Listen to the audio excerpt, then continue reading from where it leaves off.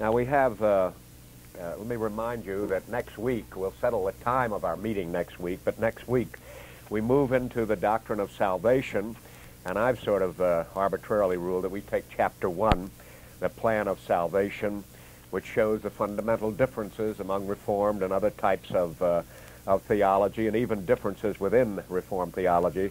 That's on page 313 following, Part 3, Soteriology, the Doctrine of Salvation, and Chapter 1, the plan of salvation. Then comes the Easter break, and we'll give the topics for subsequently. But next week, you remember, we have the mission meeting at, 6 o'clock?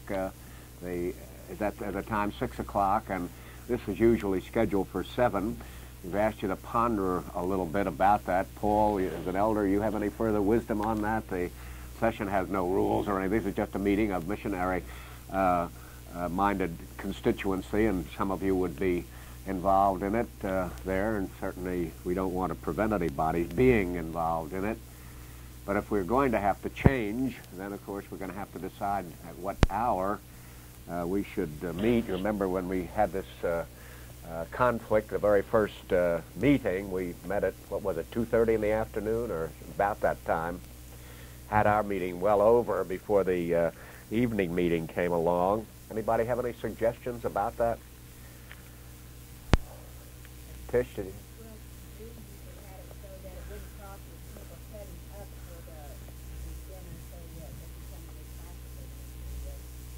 I'm sorry, what time did she suggest? She said Drew usually set it up so that it wouldn't conflict with the people setting up for the dinner, being able to attend this class. Was that the reason for the 2:30 hour? And you're suggesting, Tish, we ought to stick with that this time? Okay, is that any objection to that? It's so 2:30 at this place, from 2:30 to 4:30 next week, and then the following Easter weekend there'll be no class at all, and then presumably we'll be able to proceed without interruption for the rest of the course. At least we know of nothing that's scheduled in the evening. Question? Yeah, that you and I will have to work out something there, maybe afterwards then.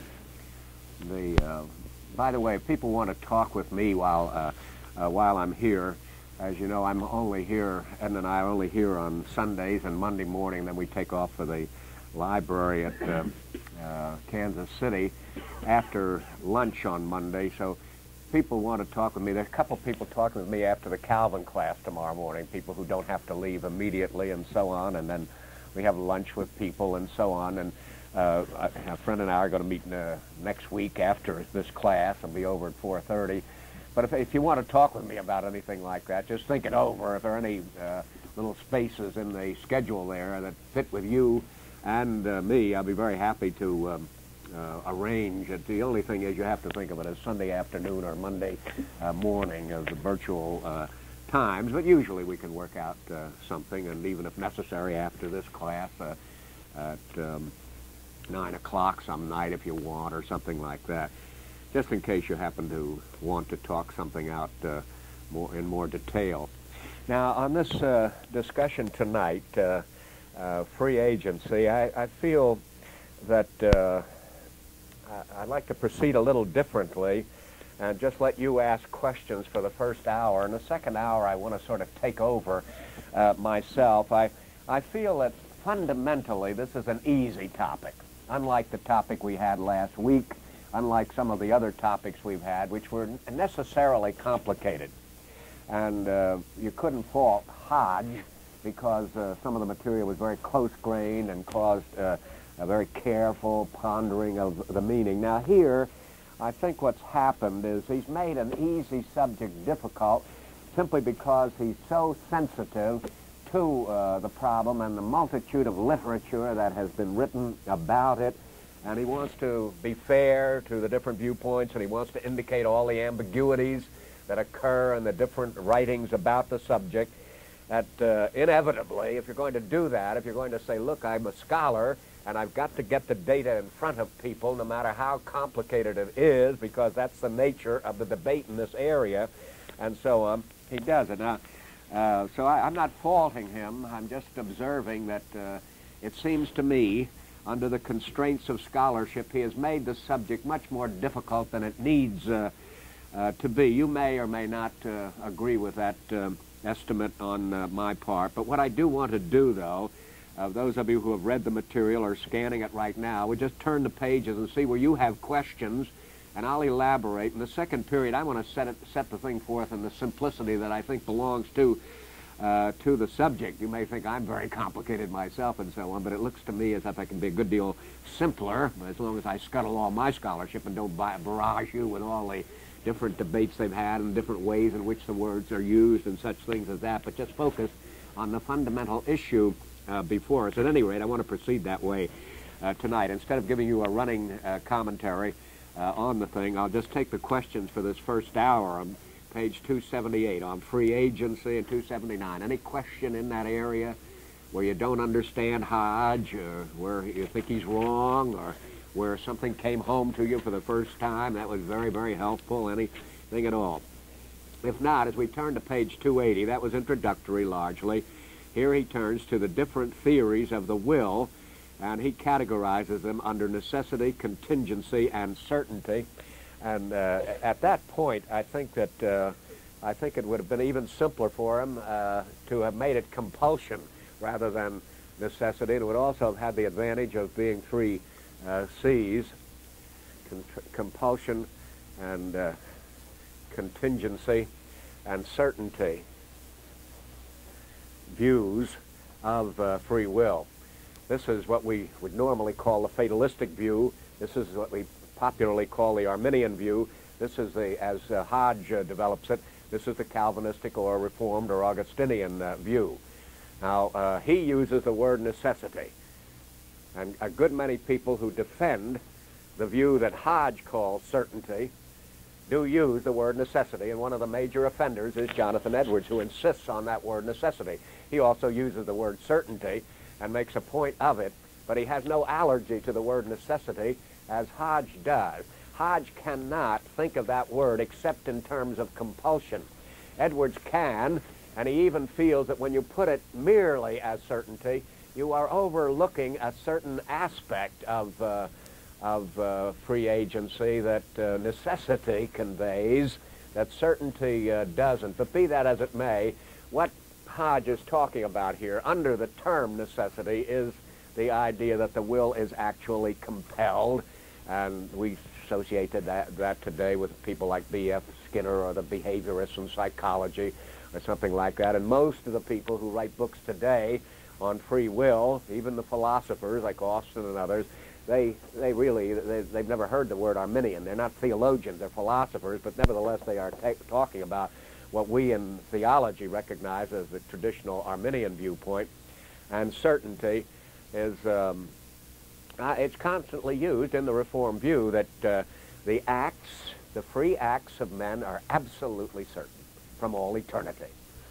Edwards wouldn't have to hesitate to say necessary. Hodge would not like the word necessary because that means compulsion to him, but he is a Calvinist. They are certain. There's nothing contingent or uncertain about them at all. But that's just a terminological point. As I say, it gets lost in a good many of the technical details there. But any question on 280, 281 in that area as he develops these three different concepts? See, on page 280, when he's talking about, at the top of the page, occasional causes, he's talking about the philosophy of occasionalism. When he's talking about continuous creation, he's talking about Edwards and Sibbes and other Reformed theologians who held that minority report, which Hodge feels is very seriously in error. That exercise scheme that he talks to in the next paragraph and so on is a development that came after Edwards and so on. Here he doesn't mention names, he doesn't mention movements and so on. If you know the lay of the ground there, you'd be aware of those things. But any question on 282 or 283? The school, anyway. I'd say I am absolutely irresponsible. I don't even know whether I have this thing on right or not and so on. You people are totally responsible for my presence of mind and so on. Any question on 282 or 283 where he develops these different ideas? This is his usual way of proceeding, you know, to set forth the different views which have prevailed It's on 285 that he refers particularly near the bottom of the page to Edwards's infelicitous use of the word necessity. It makes Edwards use the language of Hobbes, who's a real fatalist, and puts Luther, who also uses that language, into the category with Spinoza. What he means by statements like that is Edwards is an authentic Reformed theologian, but he sounds like a plain, ordinary, materialist behaviorist in the language he uses. And likewise Luther. Bondage of the will makes him sound like this unbelieving Jew we read about last week, Spinoza, who had been put out of the synagogue because of his materialism and so on. But question there, yeah, please. Yeah, I wanted to go back to page 283. Right. I want to be sure that I understand this right at the top of the page. When he's talking about motives, is he saying that, according to this view, a person makes a decision regardless of motive, kind of a capricious, spontaneous decision without following a rational... Without following motivation, in defiance of motivation. Okay. That's what the contingency idea is. Whereas either one of these, but especially the certainty view of Hodge and also the Reformed view, Calvin and the others in that area, that means that you do choose according to the strongest motive. And contingency says that's the end of free will. If you're going to say that a person will always choose, then he's determined. And in Edwards' great work to which Hodge refers, he sometimes uses the word, the will is determined by the strongest motives. Sometimes he'll use the language, the will is as the strongest motive. Just to get away, Paul Ramsey in his commentary on that in the Yale edition of his works tends to underline that to show that Edwards, while he wants to say clearly against contingency, which his whole book is directed to scuttle and so on, that the motives do determine, yet they don't force, they don't compel, they have their power simply because they appeal to me and you and so on, you see. So our choices are as our motives actually are, though most of the people in this school of thought won't hesitate to say your motives do determine. But you see, a person like Hodge, or especially a contingency individual, very uncomfortable with that word determine, or even necessity, you see, because it sounds as if anything determines you. You're not a free person, see. You have to determine your actions. Self-determination is the banner under which contingency flies, always, see. There can't be any, not even motive can do that, see. So even though all the motives would be in favor of your not coming here tonight, see, you have a dozen other things to do with Larry and with the kids and maybe something else out there, and so on. All the motives are, I can't go to this Hodge class tonight, and so on. As a matter of fact, you just flex your moral free will muscle and say, I will come. See? And somebody says, why do you come? I don't know. I don't know. But you see, as a matter of fact, what would happen in a case like that, now I'm getting beyond the question and into the argument somewhat, what would happen? Why in the world would she choose to come to a class when all the motives are in the opposite direction in favor of not coming to the class? You're sure of one thing, there's one reason. Now maybe it's just to show that she herself can decide to come. And now all of a sudden that motive, the assertion of my own independence, becomes the all-powerful motive. And that is so powerful that it outweighs all the others, so that you haven't escaped your determination by the motives at all. It's just it's a rather odd motive that has all this weight that counterbalances all these normal motives that the normal persons, or that you normally would feel, is the way they would say. But as far as the contingency people are concerned, no, no, no. If you people are free, you came tonight, you do whatever you do because you generate that decision. You're aware of motives, you consider them and so on, but your decision may be as the motives and it may not. But the reason it's what it is because you yourself have made that decision. And no motive has actually controlled it. That's what they're very, very concerned about. Yes, it's irrational. That's exactly what Edwards has said about this particular view. He cuts it and quarters it and puts it in fine pieces and blows it to the wind. But I don't see, even if you could do that, then the decision you make would have no moral consequence whatsoever. Now, that's right. That's where the indifferentism comes. If you have no reason, for example, for coming here at all, then you can't call it good, bad, or indifferent.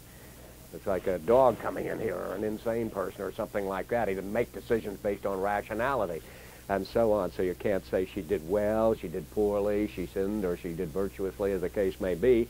Well, any of these things were without any particular motive which could be worthy of praise or worthy of blame, either one.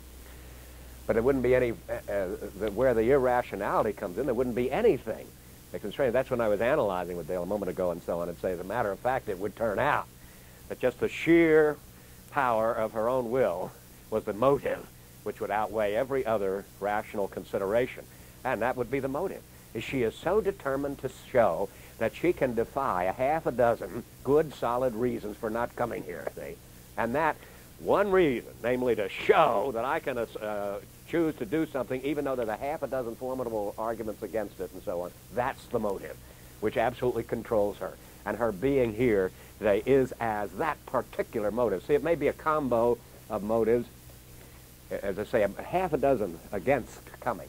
One motive in favor of coming, just to show that she can defy these half a dozen motives. See, but that's the motive now, to show her that I can defy all these others and so on. That becomes the all-powerful motive. And it does. It outweighs the other. You put them in the balance, and that one goes way down. The point in today's language is decision science, we call it. We talk about people making irrational decisions. And the reason we do, though, is that if they tell us what they're trying to accomplish, let's say a student says, I want to get an A in your course, and I take that as face value, but then he goes out drinking or goes to the movies all night long, doesn't study, then decision science today would say he's just irrational. Because they would take at face value that his real motive is to get an A, although he's not doing anything to do that. You realize he's only saying that if he doesn't really mean it. What I'm saying, the language of today talks a lot about irrationality. Here it would be more hypocrisy than irrationality, wouldn't it? They may be saying something to Dr. Hayden that he doesn't have the slightest intention to do. For some reason or other, he thinks it will impress his professor to know that he intends to get an A in the thing, where as a matter of fact, it depresses his professor when he discovers the way he's going about getting it is by spending all night in the movies and all that type of thing. Yes, Paul. John, do Arminians recognize this contingency theory as part of what they believe? Mm-hmm. That's an interesting historical question. I very calmly say yes and so on, but one of the major criticisms of Edwards' Freedom of the Will, as I remind all of you, is the greatest work he's ever produced, and you've heard me quote Perry Miller and Paul Ramsey as both saying, that work alone establishes Edwards as the greatest philosopher, theologian ever to grace the American scene. Just that one particular work would do that, because it's such a powerful actual work. But I'm a little tired, and that got me off the track. What was that question again, Paul? The reason I was sort of critiquing myself for so calmly affirming your query is that many people insist that what Edwards is calling Arminianism here,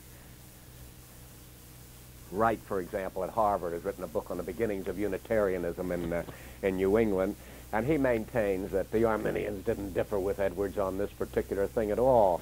He has an erroneous idea of what Arminianism actually teaches. And there are people who do say that sort of thing. I would say, even though that book won a prize and so on, it ought to have won a prize for an absolute obfuscation of the real issue. That was not true of Edwards. I think what is true here, and has caused a good many people to go astray, is that you have a person like Isaac Watts getting in on the Arminian act. Paul Ramsey calls him a hesitating Calvinist. He's a vacillating Calvinist. He tries to be a Calvinist, but he slips back into that, and Edwards has to critique this man, you see, who is generally a Calvinist, but at this point, especially in relation to God and the creatures, he takes the Arminian view. And see, what happens here is sometimes people are not always consistent with their viewpoint. They're in the main self-determination people, indifferentist people, and so on. See, the three words they use, self-determination and indifference and this contingency idea, as the characteristics which Edwards defines Arminianism, and that's a perfectly legitimate definition of theological or philosophical voluntarism. In philosophy we call it voluntarism, in theology we call it Arminianism, That's a perfectly proper definition, and most Arminians will admit it. They will say that's exactly what the self determines itself. We decide to come here tonight, period, in and of ourselves and so on. We are indifferent to the motives. We can consider them, but they don't control us, and we cannot be put in a causal sequence. Each one, this doesn't follow from that, and that from the other, and so on. Each one of these is a spontaneously generated separate act. That's what they mean by contingent. Now, these are the three things associated with Edwards, and while Leon Wright and some of the others say he's not talking about Arminianism, Leon Wright is just wrong. That's all there is to it. That is Arminianism, and it's recognized theologically. Wright knows more about philosophy than he knows about theology, but even in the realm of philosophy, that's a perfectly good description of voluntarism as over against rationality and so on. But at any rate, I repeat, yes, Edwards is critiquing this concept of contingency in the Arminian thing, and yes, he does so correctly. And yes, in spite of the fact that people like Wright and others who are saying that he doesn't do it, the explanation of why they think he's not really defining Arminianism is because of this overlapping. You got, as I say, you get a Calvinist over here in the Arminian camp at a certain point, and suddenly a person like Clark, for example, Joseph Clark, not the late Gordon Clark, anybody like that, is over here suddenly with the Calvinists and so on. You have that kind of vacillation back and forth, so there's not always a clear-cut line of difference. Wright and people like that notice that fact and so on, and they act as if Edwards was unaware of it and so on. He's aware of it, but he's just simply saying, when you're talking about the Arminian view, these are the three cardinal ideas. And he sets them forth, and he quotes a great many people and so on. He admits that there's a problem with some Calvinists getting over where they don't belong, and some Arminians getting over in the Calvinistic camp sometimes where they don't belong. You just have to sort out the ideas and say, this is what we mean by the Arminian concept. The Calvinist Watts shouldn't be holding such a he ought to realize that's not compatible with the Reformed view, but he doesn't really realize it. Now, see, I'm doing what Hodge is doing here. I'm bringing in all this other sort of stuff and making things a little bit more complicated in the process. But any other question on 282 or 83? Here, we're just checking Hodge out, this once over lightly. On page 284, let me call your attention in case you don't have any questions for me. Right in the middle of the page, it's a very important statement that Hodge makes here. About 10 lines down, they say that we have no right to argue on this subject from the attributes of God.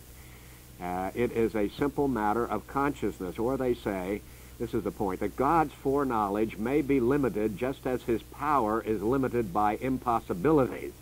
If it be impossible to foreknow free acts, they are not the objects of knowledge, and therefore not to foreknow them is not a limitation of divine foreknowledge. You see, one of the great arguments, of course, that he's referring to of the Calvinists against the Arminian, and this is, you've heard me say this more than once, when you're dealing with an Arminian and you're trying to work with them, this is by far the best lever, because all Arminians believe in foreknowledge.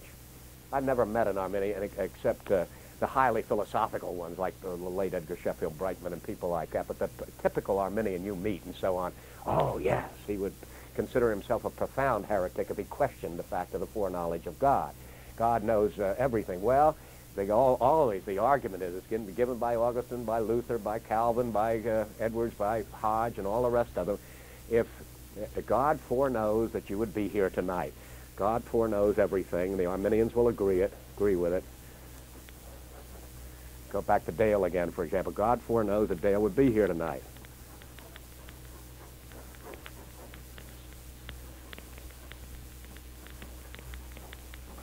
Now, if he foreknew it, then it was certain. Absolutely certain.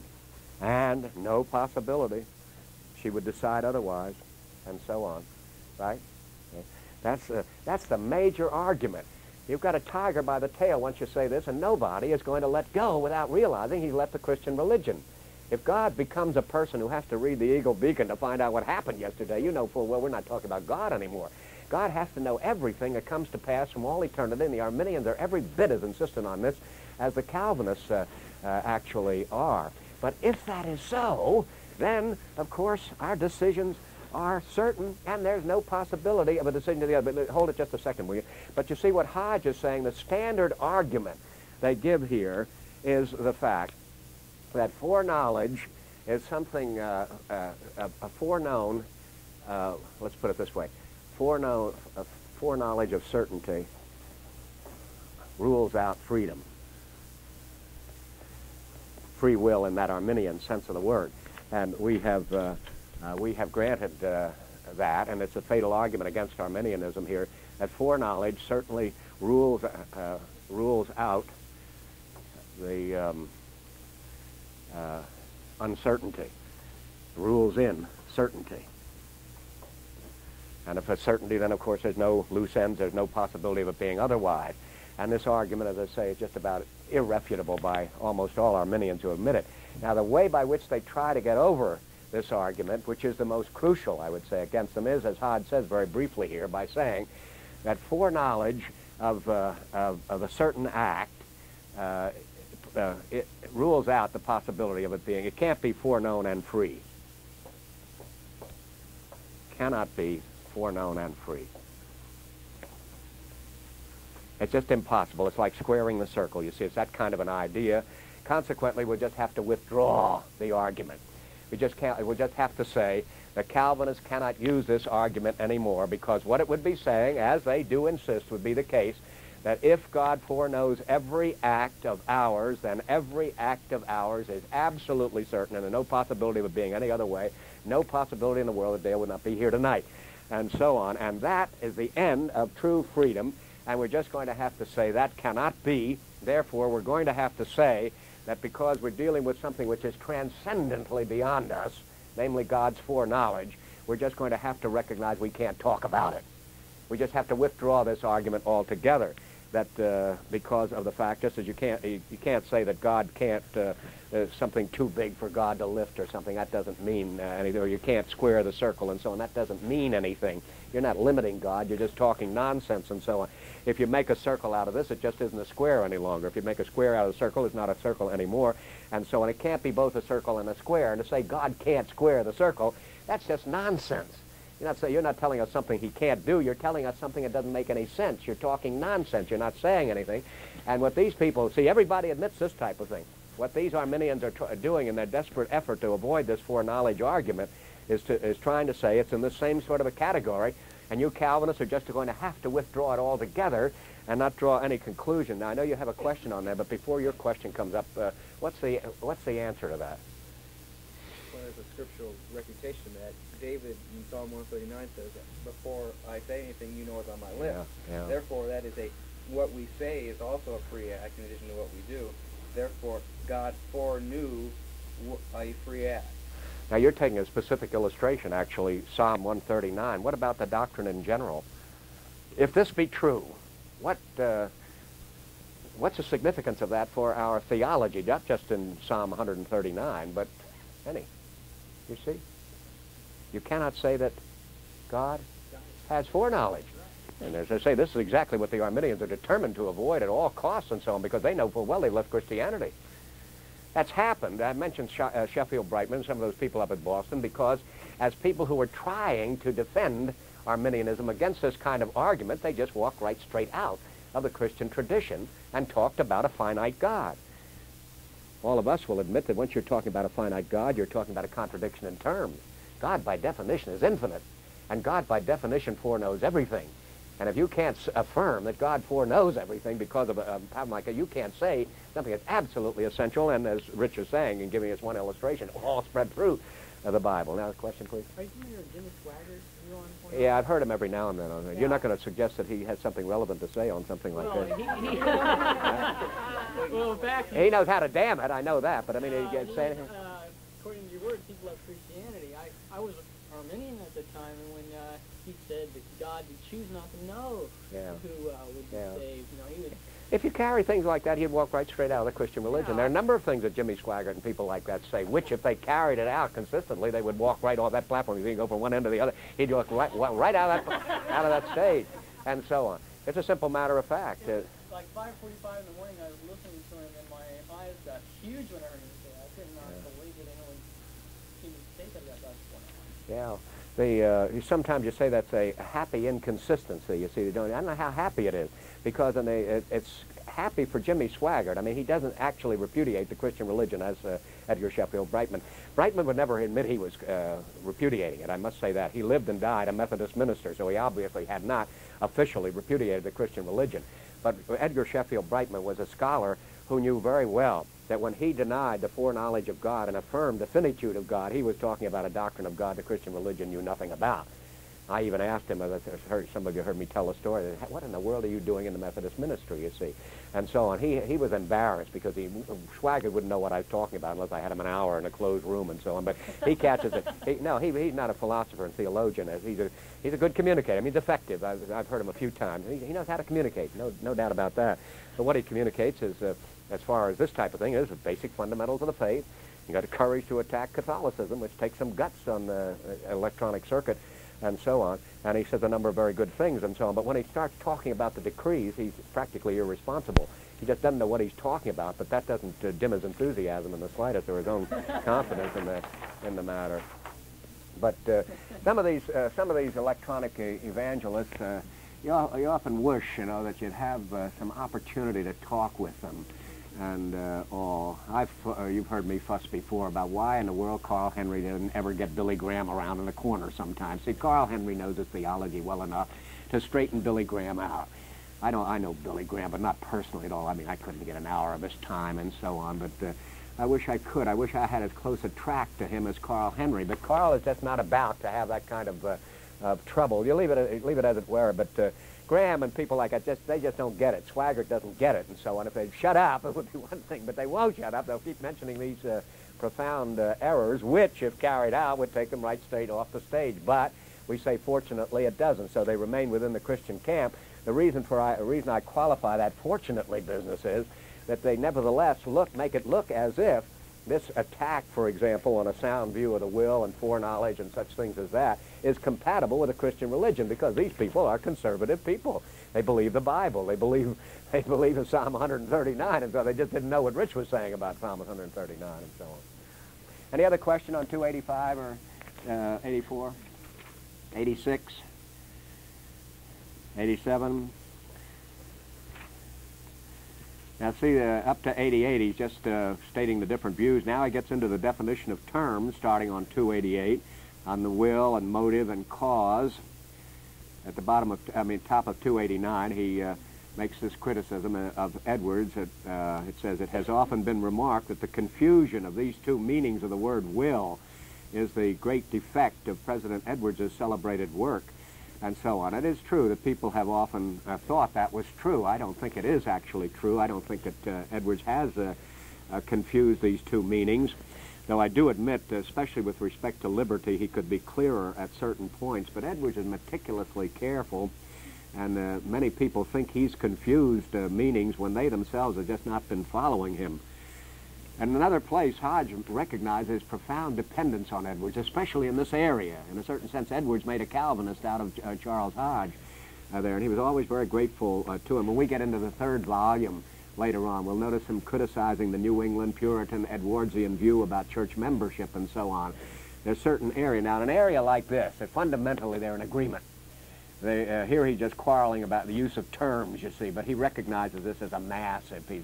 Edwards' freedom of the will is not only what Ramsey and Miller were saying, as I mentioned a moment ago, but that is also the most thorough refutation Arminianism has ever had in the whole history of the race, and a man like Hodge is fully aware of that. He's just making a criticism which he thinks is valid, that even though it's a great work, Edwards hasn't always distinguished carefully these different uses of the word will.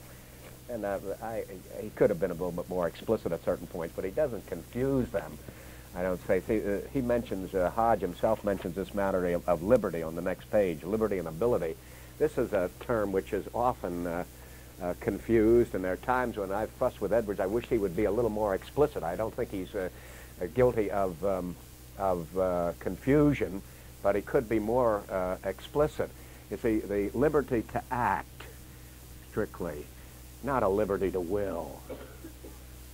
That doesn't make any sense at all. You always choose what seems good to you, but you choose, as I say, if Dale chooses to come here tonight, she may choose to come down one street rather than another, or come with her husband or drive the car or something like that, as the case may be. And she had to come here. She had to choose to come. We know that because she's here. And so, but she also had the liberty to come, which she would not have had if she had fallen and broken her ankle as she left the steps there this morning. She'd be nursing a wound, and she wouldn't be here at all, even though she would have chosen to come, but she would not have had the liberty to act. And we talk about ourselves, you see, as a free nation, as over against the Russians, who also like to call themselves free. Well, they don't have the liberty to take any job they want. And Gorbachev in his 5.5-hour speech nowhere made any provision for anything like that. But they still make their choices necessarily, and so we have the ability to be a shoemaker or a tent maker or a housewife or a lawyer or a doctor or a student or whatever we please to do. We have that kind of liberty, which third world nations don't generally have, and certainly Russia doesn't have. But you've got to distinguish very carefully between these. You always choose what seems good to you, but you don't always have the ability to carry it out. And then Hodge moves into this area of discussing liberty and ability. And here, again, I'll ask any questions. I'm sort of elaborating as I'm going along here. I would say on this point of liberty and ability, he's making a very important distinction here. He's a little careless, I think, in suggesting that everybody always has liberty. You don't always have liberty. Liberty is a very great privilege there that you sometimes have and sometimes don't, and Americans have more of than the Russians, and such things as that is true. But at any rate, Hodge likes to think of a person as free to act. But he still doesn't have the inclination to act virtuously, for example. The unconverted sinner has no such ability to act. He's free to act. Nothing is stopping him even from accepting Christ. He's free to act and going to Christ, for example, and believing in Christ and following Christ and so on. He has liberty to do that. Neither God nor man is keeping him from it, but he hasn't any ability because he has no disposition to do it, is what Hodge is meaning here. And he is deploring the fact that frequently in the discussion of this subject, these two terms are not noticed for their significant difference between one another. See, Calvinists will say, the Arminian will say, the man has liberty and he also has ability. The Calvinist will say he has liberty usually, but he doesn't have any moral ability whatever. He has no inclination to choose whatever. And see, the Arminians immediately throw up their hands in despair and say, how in the world can you meaningfully say somebody is free and yet he's not able to be free, and so on. They say that's a contradiction in terms. Well, as Hodge is explaining, it is not, if you realize it. But Hodge would have done better, I think, at this point to call this objective and this subjective. He never uses that kind of language, you see. He's aware of the language of discourse, but I think it's a little bit more helpful to say, I am able to do what I please. The environment doesn't hinder me, and so on, but I am not subjectively able to do anything except what I'm inclined to do, what I choose. There's no possibility of my choosing contrary to the motives and so on. No. The Arminians, see, there you go, Gerstner. You're cutting the nerve of freedom, free agency, and responsibility. It's not enough for them to hear us say, no, this is ideal. Everybody ought to be permitted to do what he wants to do, and so on, but that's moral, and so on. As far as possible, we try to have a government which allows that type of thing, but don't ever apply it in this area. You just don't do that type of thing. You choose what you choose, Bob, and there's no way of doing anything other than that, but go ahead. Well, Hodge mentions that Luther and Erasmus were really confusing us. Could you set out a little bit of Luther and Erasmus' position? Yeah, I think that see, neither Luther nor Erasmus were near as sharp in this area as people like Wesley and Hodge would be. They were in the thick of the Reformation struggle, and Luther was, of course, the great leader of the Reformation. And when people like Erasmus, the humanists of the time, were very sympathetic with Luther at the beginning because he looked as if he was moving in the Renaissance direction, the cultural direction, and the voluntarist direction.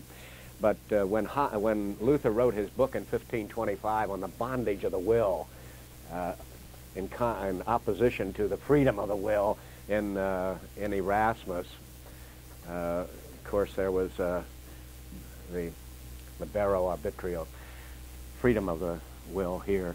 There's a real opposition. Now what Hodge is pointing out here is that I think it's true enough. The real issue is not brought out as sharply as it could be because neither one of these men were specialists in this area.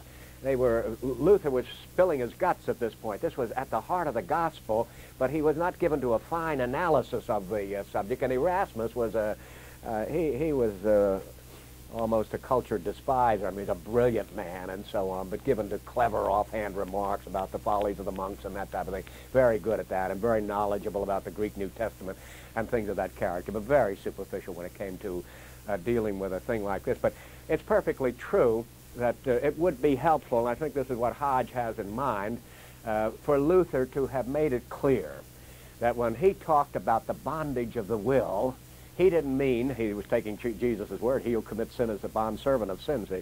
But sin, and bondservant of the bondage of the will, says Luther. But he didn't mean that the will was dragged against its inclinations and so on. He didn't mean that at all, but he didn't make it as clear as, say, Edwards would make it, and Hodge and so on would make it clear. What he meant was that subjective, what Luther meant, but see, this is putting words into Luther's mouth now. He never did this type of thing, but I think he'd agree with what I'm saying now. Subjectively speaking, evil is all that appeals to me as a fallen person, and I am in bondage to it. Now, nobody's pushing me into it, not the decrees of God, not the circumstances of life, not the environment, not my gland, nothing else except Martin Luther himself in his unregenerate state loving that. But that is a bondage so great, he can't do it. Well, it's not a bondage in a certain sense. It's his own choice, you see. That's what he actually wants. Judas goes to his own place. It's his own actual choice, and it would be very good. Edwards makes this sort of thing very clear, but Luther doesn't. At Trinity some years ago, one of the students wrote a very fine paper comparing Luther and Edwards on this type of thing. And much of what Erasmus is talking about, Erasmus didn't take sin nearly as seriously as Luther. He was no Calvinist in the way that Luther was, but he knew that the church had something to say about that type of thing. But fundamentally, he just hates that word bondage. He likes the word freedom. But what Hodge is driving at is the kind of freedom that Erasmus is talking about, Luther believed in too. The freedom to make one's own choices. Now, what Luther was saying is, I, as an unregenerate sinner, I freely choose the evil. There's no possibility of my ever choosing the good. I'm in that kind of a bondage, but the word bondage is unfortunate because it sounds as if something is driving him into it, see? He should be careful not to say that. That Jesus doesn't mean that. What Jesus means when he says, he who commits sin is the bondservant of sin, means that if I give myself over to sin, I do so of myself alone, but then I can't escape the consequences of it. The wages of sin is death. I like the sin, but I don't like the wages of it, see? And the idea of trying to escape the wages, even while I relish the sin itself and so on, that's what puts me in it. I can't get loose from it, see? I can't make any real complaints about my loving the sin. The sin is it's my love, and it's my shame, and so on. But I don't like what goes with it, and so on. So I try to escape it, and I find it's impossible to do so because for no reason other than the fact that John Gerstner loves to sin. That's all there is to it. But you see, as far as Erasmus and Luther on that particular point is concerned, it would have been good for Luther to have said, Erasmus, you're a Pelagian and semi-Pelagian, and you're not very sound on your doctrine. But as far as freedom is concerned, don't be misled by my word bondage. I know that you freely accept choose this sin, and anybody else didn't. Judas Iscariot did, and so on. It would have been good if he had done that, but he wasn't technically precise as all that. Yes, Randy. Get back to irrationality. It would seem to me that the Arminians are looking at everybody being irrational in a sense. Irrational, did you say? Irrational in this sense. You talk about Perry Miller. Yeah. He says, I hope that Jonathan Edwards is wrong. But it almost sounds like he knows Jonathan Edwards is right, and yet he chooses not to believe the gospel. Yeah. And if that were the case, and I were an Arminian, I'd say to him, you're irrational. Yeah. You know what's the very best thing. Mm-hmm. And you're going against... And Miller would probably grant you that, too. Miller's in the other world now, and I'm afraid which of the two worlds he's in as well. But nevertheless, he would have granted that. And I think a good many of those people did have many sleepless nights because they had such tremendous admiration for Edwards. And yet if Edwards was right, they were damned, and they knew full well they were. Perry Miller certainly would have had no illusions about it, any more than Christopher Hill at Oxford has any illusions about it. If Perkins and other Puritans that he works with, whom he admires so greatly, if they're right, Christopher Hill is a goner. Perry Miller is a goner. They know that, so they just hope he's wrong, but they have such an admiration for him. These people wouldn't cross the street to listen to Billy Graham or read C.S. Lewis or anything like that, you see. Any of that type of nonsense, fundamentalism and stuff. But here's the greatest thinker America's ever had, teaching the most deplorable kind of fundamentalism as far as these people are concerned. It really puts them on the rack. It put them on the rack. But Miller's been dead for about 15 years now. Any other question on Hodge here on page 293, 94? Self-determination and self-determination of the will.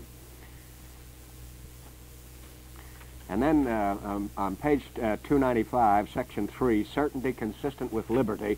Now here you get Hodge's own statement of the will as he sees it in Scripture, and it's well stated. As I say, I'm going to put it in simpler terms when we come back here. So unless you have some question about that, fundamentally what he's saying, I'm saying what I'm saying. He is saying much more extensively and much more learnedly than we have time to go into here.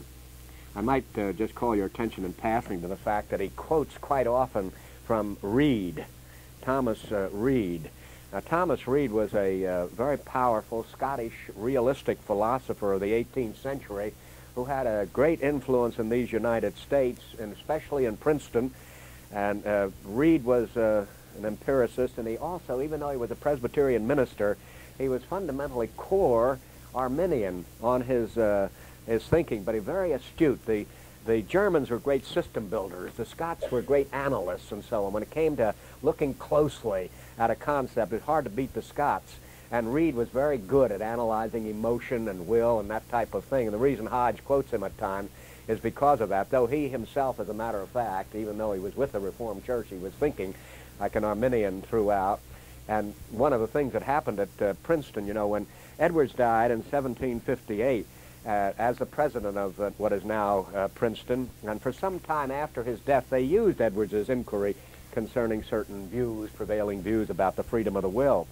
But when Witherspoon, the only clergyman to sign the Declaration of Independence, came over from Scotland to become president of Princeton, he very quickly reverted to this type of thought, and Edwards was displaced from the curriculum and remained so. But nevertheless, Yale and Princeton both used this work for some time in their classrooms before this sort of realistic thought over against the idealistic thought of Jonathan Edwards replaced. But anyway, this last section that we're looking at here is Hodge's own little mini inquiry concerning certain prevailing views of the freedom of the will.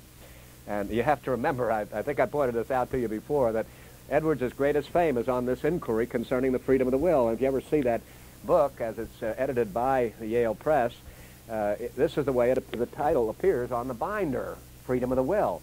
Now, if you weren't familiar with this, you would suppose that this was a great advocacy of the doctrine. It's the greatest critique of the freedom of the will in this Arminian sense of the word. The Arminians have more or less taken over the use of the word freedom, freedom of the will. They have taken it in this, what I was mentioning the last time. You remember this self-determination, this indifference doctrine, and this contingency, these elements here. This is what is called freedom of the will. It's absolute nonsense, according to Edwards, and this work of his is to try, the proper title of it is an inquiry concerning certain prevailing views of freedom of will, which he thinks are abominably false, and critiques from one end to the other. But if you just see the title, you might think it's a great defense of the Arminian concept of the freedom of the will, which it is not. I might say this before this first hour is over. Let me remind you once again that just as Hodge is intimating here, Edwards does in his work too indicate, thinking about Jimmy Swaggart and so on, that this type of thought, this type of self-determination and so on, actually undermines all the basic biblical doctrines. the thing you have to remember about Hodge and especially Edwards, these people were evangelists. They were preachers. They were people who believed there's a lost world. People needed to be saved through Jesus Christ by faith alone and such things as that. And while they get into some very abstruse arguments about the nature of the will, some of which we've touched on, and Hodge goes into much more detail in the text, and so on, I keep reminding you of the fact that never for a moment are they forgetting the fundamental needs of evangelism. So you may yourself get so wrapped up in some of the technicalities here, you probably wonder, what in the world does this have to do with the gospel? It has everything, according to Hodge, and certainly according to Edwards. And I just suggest one thing alone here. For example, if self-determination is the nature of freedom, the inalienable characteristic of every human being, then of course how can there be a depraved nature which inclines a person toward evil? Or how can there be a regenerate nature which inclines a person toward virtue? See, by definition, it is not that type of thing. Always the will is spontaneously generated on the moment. And as I say, Edwards is particularly going to say this is the end of any idea of total depravity, original righteousness, a regenerate state, and an establishment in that, and persevering saints and so on. This is just by way of saying that though this is a classroom thing and highly technical at certain points, and I imagine it gets a little wearisome in some of the intricate details at times, that these people who are in the thick of the argument maintain that this is absolutely essential to Jimmy Swaggart. If this, for example, if this type of thing really prevailed and they carried it through consistently, that would be the end of any kind of evangelism. That Swaggart and all the rest of them are ultimately talking about being born again. And being born again means a new nature, a new disposition is planted in the person. Well, if it's a new disposition inclining a person to virtue, then it isn't a matter of self-determination entirely, you see, and so on. And if you're controlled by motives, for example, Jimmy Swaggart's always appealing to people to believe, you see, and such things as that. But if you're in a state of indifference and you're supposed to defy motives, don't you see he's sinning and actually urging people to believe in Jesus Christ and putting up reasons for all the joy that there is in the gospel, all the danger of eternal damnation if you don't believe and so on. That's putting pressure on this individual who's supposed to determine of himself alone from a state of indifference. He's not supposed to be influenced by motives. And while the Arminians are constantly saying this view of the will is absolutely necessary to evangelism, what Edwards and the others are saying is so far from being necessary, it actually cuts the nerve of evangelism. You couldn't have any real evangelism. The appeal to believe on the Lord Jesus Christ and be saved and know the joy of being redeemed or avoid the terrors of everlasting damnation, that is wicked on Jimmy Swaggart's part or John Gerstner's part or Frank Kick's part or anybody else's part if you are trying to influence this absolutely spontaneously generated, self-determined will which acts from a state of indifference which cannot be influenced by any of your threats or any of your promises, and shouldn't be. So that if you got a person to act on that basis, you are behaving very wickedly, and of course it wouldn't possibly be pure contingency. It would come right out of the preaching of the gospel. Faith comes by hearing. First the hearing, which, accompanied with the work of the Holy Spirit, leads to regeneration. A real sequence there at the end of contingency and so on and all of this. So strictly speaking, you know the old saying there, a person's a Calvinist when he prays and an Arminian when he preaches, and so on. Of course, he's a Calvinist when he prays, but he's a Calvinist when he preaches. Jimmy Swaggart may be the most swaggering kind of Arminian on the face of the earth, but when he preaches the gospel, he's a Calvinist, even if he doesn't know it. He is working on the assumption that there is such a thing as regeneration, and there is a new nature, and that nature actually is what leads you to these actions. And that's the reason I say some of these people who are take these positions largely out of a lack of knowledge and so on, if they ever get a first-rate theological education, they could be straightened out. I think I told you that experience I had once in Buffalo. Billy Graham was about to hold a campaign. I was preaching for the man who was in charge of the campaign up there in Buffalo, and he agreed with me on what real evangelism is, and I said to him, Peter, why don't you talk to Billy Graham? He just laughed. He said, Graham wouldn't listen to me. Besides, if he did, that would be the end of his kind of evangelism. Well, if that was be the end of his kind of evangelism, then it should be the end of his kind of evangelism if it doesn't square with sound basic principles. But what actually happens is Billy Graham, just like all of the other Arminian evangelists and so on, were totally unaware of it, nevertheless slip into their Calvinism, which they're, even while they're denouncing it. Do you follow me on that? As I summarize it here, these doctrines actually cut the nerve of evangelism. It's the Calvinistic concepts of total depravity and regeneration and such things as that provide you with a disposition which inclines you in a certain direction, and that's absolutely anathema in Arminian thought, even though their preaching is appealing to it all the time. We'll take a break, and when we come back, I'm going to try to put a little simplistic outline here. What percent of the Protestant population is Arminian? Oh, Jim Boyce always says 90%, and I sometimes think it's 85, and sometimes I think it's 95. It's overwhelmingly so. And that's of the conservatives, you see. When you think of the Roman Catholic Eastern Orthodox, for example, they're all Arminian by principle. They don't know the word Arminian. They don't use that language so much. It's the same kind of concept. Speaking of Billy Graham, I heard this one thing, and I found it quite interesting. With, in fact,